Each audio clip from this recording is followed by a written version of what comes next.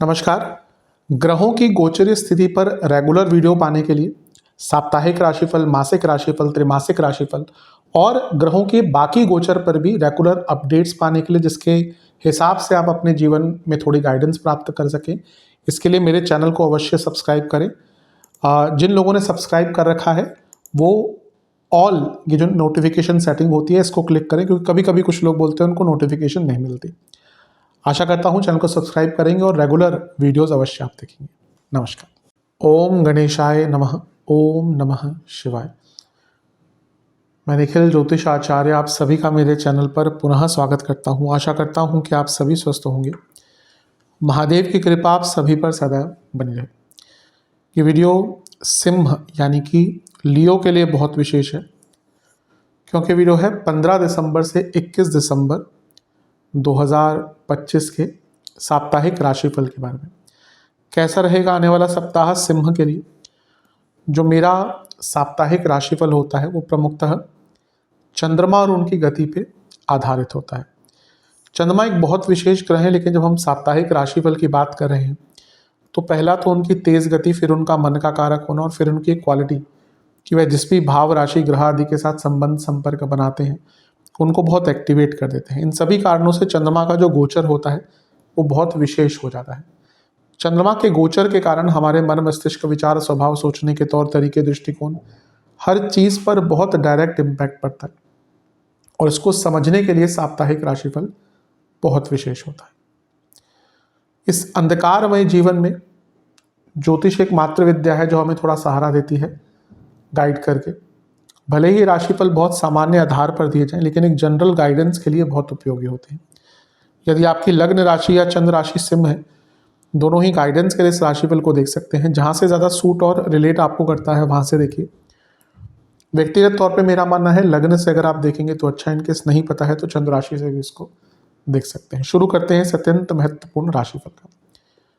चंद्रमा आपके तीसरे भाव में होंगे 15 तारीख को, ऑलरेडी 14 की शाम को आ चुके होंगे और यहाँ पे वो 17 दिसंबर सुबह के 11 तक रहेंगे। चंद्रमा का तीसरे घर में आना बहुत अच्छा माना जाता है, बहुत शुभ माना जाता है। 12वें घर के स्वामी तीसरे घर में कुछ यात्राओं के योग बनाते हैं, धार्मिक यात्राओं के योग बनाते हैं। और तीसरे घर में जब चंद्रमा आते हैं तो व्यक्ति को गति प्रदान होती है, उपचय भाव है, हिम्मत बढ़ती है। राहु का प्रभाव है तो कुछ रिस्क टेकिंग एबिलिटीज बढ़ जाती हैं, कुछ नया करने की उम्मीद जागृत होती है। और गुरु की दृष्टि भी है, गुरु वक्री है, लेकिन अष्टमेश होने के नाते जब लाभ स्थान में बैठे हैं तो कोई लाभ रुका हुआ था, कोई काम रुका हुआ था, उसको पूर्ण करेंगे। और वो लक्ष्मी स्थान के स्वामी हैं तो धन प्राप्ति के भी नए मौके प्राप्त होंगे। तो हफ्ते का शुरुआती भाग बहुत सकारात्मक दिख रहा है। हिम्मत बहुत रहेगी, जज्बा बहुत रहेगा और कई रुके हुए कार्यों को एक गति मिलेगी। अगर आपके पिछले 2-3 हफ्तों से कुछ काम रुक रहे थे, एक हफ्ते से कुछ काम रुक रहा था, तो जो गति नहीं प्राप्त हो रही थी वो हफ्ते के शुरुआती भाग में ही प्राप्त होगी।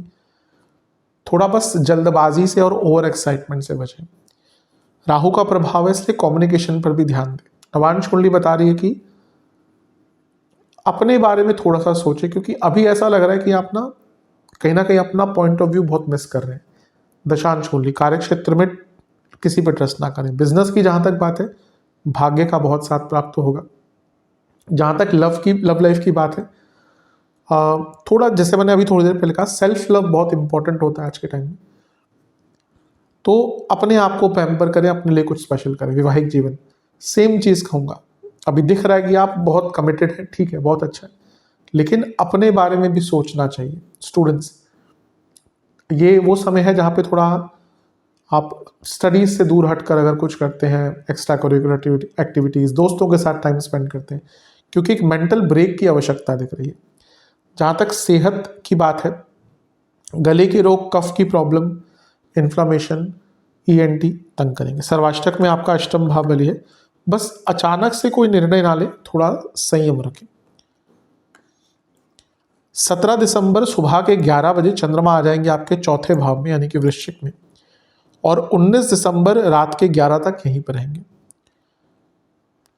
इससे एक दिन पहले सूर्य का गोचर हो चुका होगा और वो मंगल के साथ आपके पंचम भाव में आ जाएंगे। चौथे घर के चंद्रमा थोड़ा सा मिश्रित प्रभाव देने वाले ग्रह होते हैं, नेगेटिव साइड पे कभी कभी चले जाते हैं क्योंकि कारको भावनाशय दोष लगता है। ऊपर से यहाँ पे नीच के भी हो रहे हैं। यहाँ पे उनके साथ शुक्र है, चंद्र शुक्र की जोड़ी अच्छी होती है, इसको कहीं कहीं पे महालक्ष्मी योग भी कहा गया है। तो 10वें घर के स्वामी शुक्र और 12वें घर के स्वामी चंद्रमा साथ में है, और इनके साथ में आपके लाभेश और धनेश भी हैं। कार्यक्षेत्र में कुछ पैसा बढ़ सकता है, और अगर आप जॉब चेंज करने का विचार कर रहे थे तो टाइम बहुत अच्छा है। शुक्र चौथे से 12वें के स्वामी है, और यहाँ पे चंद्रमा है जो 12वें के स्वामी है। कोई प्रॉपर्टी बेचना चाह रहे थे उसका भी बहुत अच्छा योग है, लेकिन हफ्ते के इस भाग में खर्चे बहुत बढ़ने वाले हैं। सबसे बड़ी प्रॉब्लम होती है कि जब चंद्रमा चौथे घर में आते हैं तो कारको भावनाशय दोष लगता है, और इमोशनल लेवल पर व्यक्ति बहुत वल्नरेबल रहता है।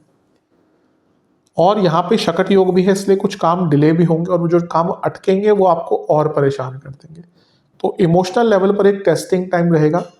चंद्रमा बुध के साथ है तो कंफ्यूजन होती ही है, और क्योंकि यहाँ पे शुक्र भी है जो आपके तीसरे घर के स्वामी है, तो जल्दबाजी भी आएगी। तो क्या है ना कि एक तरफ कार्य डिले हो रहे हैं, आपके मन में व्याकुलता बढ़ रही है, तो इमोशनल लेवल पर ये टाइम अच्छा नहीं है। घर में कलह कलेश भी हो सकते हैं। नवांश कुंडली बता रही है कि पैसे धन की प्राप्ति के लिए बहुत शुभ समय है।